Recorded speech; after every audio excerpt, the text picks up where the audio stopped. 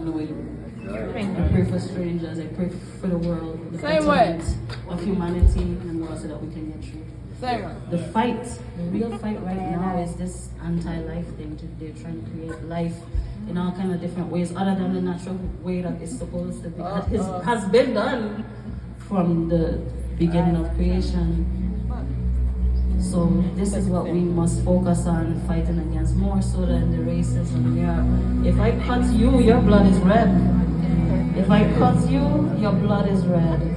Yes. Cut you, your blood red. If I cut you, your blood red. One humanity. What? The African race are the parents of humanity.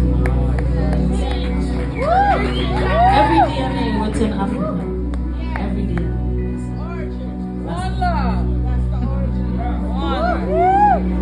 I'd sign up to be guardian. Get paid to be guardian. All of us right here with a cell phone. There is something that your phone requires that Africa has.